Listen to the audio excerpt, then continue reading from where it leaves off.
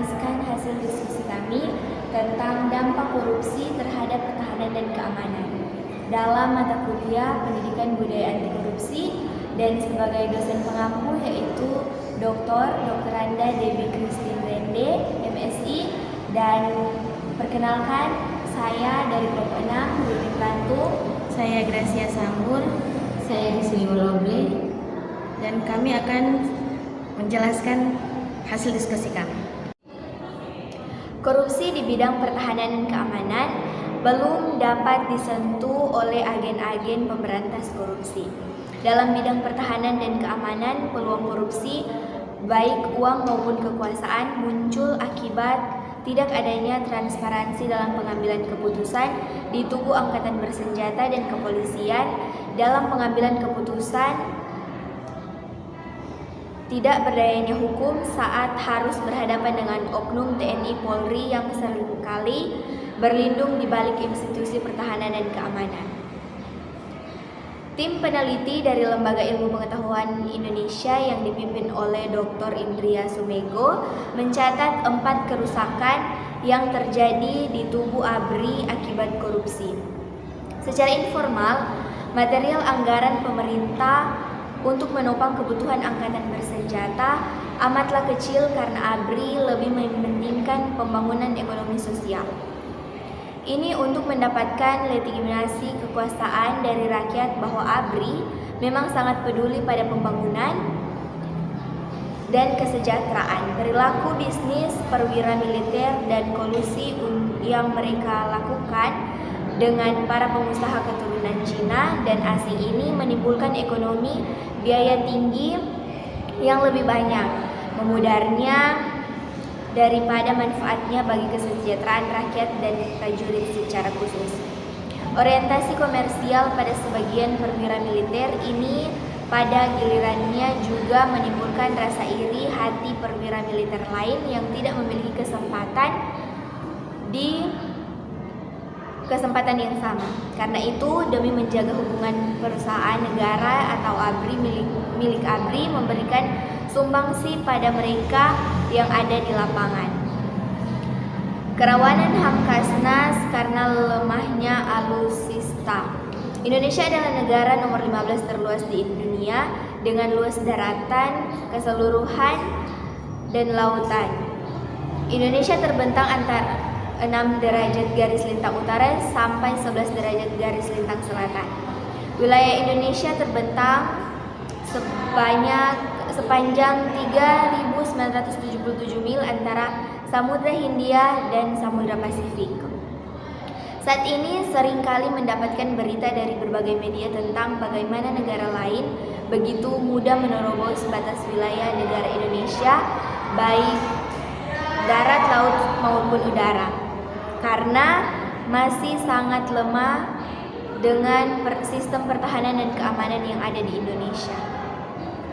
Saya sekarang akan menjelaskan mengenai dampak korupsi terhadap pertahanan dan keamanan. Dalam bidang pertahanan dan keamanan, peluang korupsi baik uang maupun kekuasaan muncul akibat tidak adanya transparansi dalam pengambilan keputusan di angkatan bersenjata dan kepolisian serta ketidakberdayanya penegak hukum melawan oknum TNI atau Polri yang seringkali berlindung di balik institusi pertahanan dan keamanan. Korupsi dapat mengakibatkan alutsista yang dibeli Indonesia tidak sesuai dengan apa yang telah dianggarkan. Selain itu, korupsi dalam pengadaan alutsista juga dapat mengakibatkan nilai kerugian negara yang jumlahnya sangat relatif besar. Karena nilai unit alutsista ini tergolong mahal yang akhirnya digunakan sebagai motif pembelian alutsista. Sebab anggaran yang diberikan pemerintah cukup besar dalam bidang pertahanan. Terbukti pada tahun 2022 kemarin, Kementerian Pertahanan mendapat alokasi anggaran terbesar di antara kementerian lainnya dalam Rancangan Anggaran Pendapatan dan Belanja Negara atau RAPBN 2022. Alokasi anggaran kementerian yang dipimpin oleh Prabowo Subianto itu mencapai 133,9 triliun rupiah. Anggaran Kementerian Pertahanan tersebut naik 13,28% bila dibandingkan dengan Rp 118,2 triliun rupiah pada Outlook APBN 2021 kemarin. Salah satu contoh kasus korupsi yang berdampak pada pengadaan alutsista di Indonesia dilansir dari Jakarta Post, yaitu isinya Kementerian Pertahanan mengenai pengeluaran uang pembayar pajak. Sebuah dokumen yang bocor telah memberikan gambaran tentang ketidakaturan anggaran seputar pembelian sistem senjata dalam Angkatan Darat. Kementerian tersebut diduga telah membelanjakan lebih dari 134,9 juta US dollar dalam pengadaan sistem roket multi peluncur atau MLRS senilai 405 juta dolar dari Avibras Industria Aerospasial Brazil. Menurut laporan investigasi yang dibuat oleh Inspektorat Jenderal Kementerian, dugaan korupsi ini terletak pada anggaran pembelian sistem roket multi-launcher MLS yang dibeli dari Avibras. Anggaran diduga melebihi sebesar 134,9 US dollar dengan nilai MLS sebesar 405 juta dolar. Inspektorat Dalam Tubuh TNI sendiri sudah menandai beberapa kejanggalan dalam proses ini. Selain itu, sudah melanggar peraturan dari Lembaga Kebijakan Pengadaan Barang atau Jasa Pemerintah atau LKPP. Implementasinya akan mengakibatkan buruknya sistem pertahanan Indonesia. Kita tidak tahu berapa lama negara kita sanggup menghadapi gempuran negara lain jika terjadinya perang. Kalau korupsinya masif, maka nilai kerugian negaranya sangat-sangat besar. Untuk itu, korupsi di bidang pertahanan khususnya pengadaan alutsista harus segera ditangani. Hal ini dilakukan dengan mendorong transparansi dan akuntabilitas serta bekerja sama dengan pihak-pihak penegak hukum terkait dengan begitu rencana pemerintah melakukan penguatan pertahanan dan keamanan Indonesia dapat dilakukan. Dari beragam jenis tindakan yang termasuk dalam tindak pidana korupsi di atas, kemudian dapat diklarifikasikan lagi ke dalam 7 kelompok tindakan pidana korupsi sebagai berikut: kerugian keuangan negara secara melawan hukum, melakukan perbuatan perkaya diri sendiri atau orang lain atau korporasi. Pelakunya memiliki tujuan menguntungkan diri sendiri serta menyalahgunakan kewenangan, kesempatan atau saran yang ada. Misalnya seorang pegawai pemerintah melakukan markup anggaran agar mendapat keuntungan dari selisih harga tersebut. Tindakan ini merugikan keuangan negara karena anggaran bisa mempengaruhi diri yang harusnya.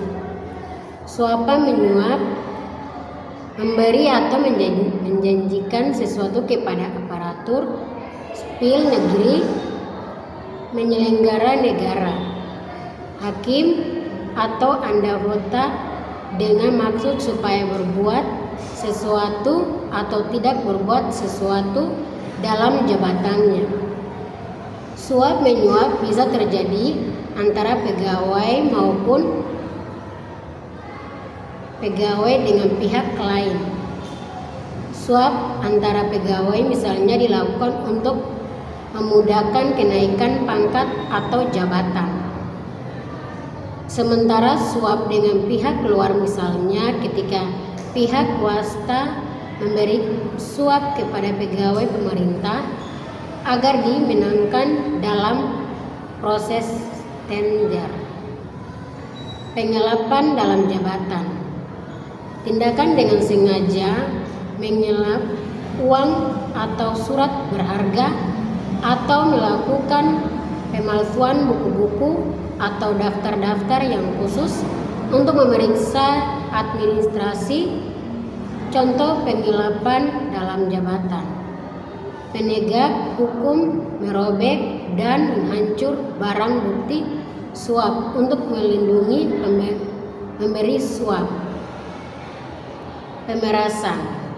Pegawai negeri atau penyelenggara negara menguntungkan diri sendiri atau orang lain secara melawan hukum atau dengan menyalahgunakan kekuasaannya memaksa seseorang memberikan sesuatu, membayar atau menerima pembayaran dengan potong atau untuk mengerjakan sesuatu bagi diri sendiri. Misalnya, seorang pegawai negeri menyatakan tarif pengurusan dokumen adalah Rp 50.000, padahal seharusnya hanya Rp 15.000 atau malah gratis. Pegawai itu memaksa masyarakat untuk membayar di luar ketentuan resmi dengan ancaman dokumen mereka tidak diurus. Perbuatan curang. Perbuatan curang dilakukan dengan sengaja untuk kepentingan pribadi. Dapat membahayakan orang lain, misalnya pemborong pada waktu pembuat bangunan atau penjual bahan bangunan, melakukan perbuatan curang yang membahayakan keamanan orang atau barang. Contoh lain, kecurangan pada pengadaan barang TNI dan kepolisian negara RI yang bisa membahayakan keselamatan negeri saat perang. Benturan kepentingan dalam pengadaan. Pegawai negeri atau penyelenggara negara baik langsung maupun tidak langsung dengan sengaja turun serta dalam pemborongan, pengadaan atau persewaan padahal dia ditugaskan untuk mengurus atau mengawasinya. Misalnya, dalam pengadaan alas tulis kantor seorang pegawai pemerintahan menyerta perusahaan keluarganya untuk proses tender dan mengupayakan kemenangannya. Gratifikasi. Setiap gratifikasi kepada pegawai negeri atau penyelenggara negara dianggap pemerintah suap apabila berhubungan dengan jabatannya dan yang berlawanan dengan kewajiban tugasnya. Misalnya, seorang pengusaha memberi hadiah mahal kepada pejabat dengan harapan mendapatkan proyek dari instansi pemerintah. Jika tidak dilaporkan kepada KPK, maka gratifikasi ini akan dianggap suap. Korupsi bagian sel-sel kanker mematikan yang apabila tidak segera diberantas akan mengeroti sebuah kehidupan berbangsa dan bernegara. Dari berbagai lini, dampak negatif korupsi terdapat masyarakat dengan negara antara lain: merusak fondasi ekonomi. Korupsi memiliki dampak yang merusak pada ekonomi atau negara. Dana publik yang seharusnya digunakan untuk membangun dan pelayanan masyarakat seringkali disalahgunakan untuk kepentingan pribadi. Praktik korupsi menghambat pertumbuhan ekonomi dan menciptakan ketidaksejahteraan yang lebih besar antara kelompok masyarakat. Melemahkan sistem pendidikan dan kesehatan. Anggaran untuk sektor pendidik dan kesehatan sering menjadi sasaran empuk korupsi. kurangnya dana yang seharusnya dialokasikan untuk peningkatan mutu pendidikan dan pelayanan kesehatan dapat berdampak langsung pada kualitas sumber daya manusia dan taraf kesehatan masyarakat. Menghancurkan keadilan sosial. Korupsi menciptakan ketidaksejahteraan dalam akses terhadap layanan publik.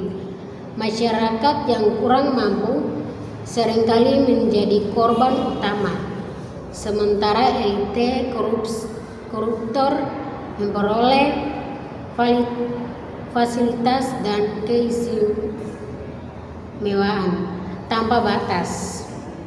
Korupsi memperoleh fasilitas dan keistimewaan. Hal ini mengancam prinsip-prinsip keadilan sosial yang merupakan landasan negara. Menurunkan kepercayaan publik. Tindakan korupsi yang merajalela mengakibatkan penurunan kepercayaan masyarakat terhadap lembaga negara.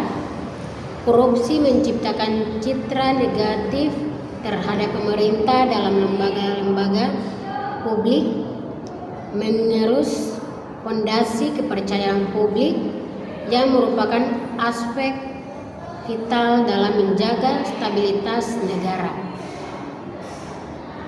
Perlunya tindakan intensif dan berkeseimbangan untuk memberantas korupsi. Diperlukan tindakan yang intensif dan berkeseimbangan dalam semua lapisan masyarakat. Pemberantasan korupsi tidak hanya tanggung jawab lembaga penegak hukum, tetapi juga melibatkan peran aktif masyarakat, media, dan sektor bisnis. Dapatkan pendidikan yang baik dengan bergabung di kampus kami di Universitas Pembangunan Indonesia Manado dalam Fakultas Keperawatan, dan persiapkan diri Anda untuk mewujudkan masa emas, untuk masa depan yang cemerlang dan sesuai dengan harapan kamu semua. Bergabunglah dengan kampus kami dan rasakan pengalaman belajar yang tidak membosankan, penuh tantangan, menyenangkan, dan menginspirasi. Melangkah bersama untuk meraih kesuksesan. Terima kasih.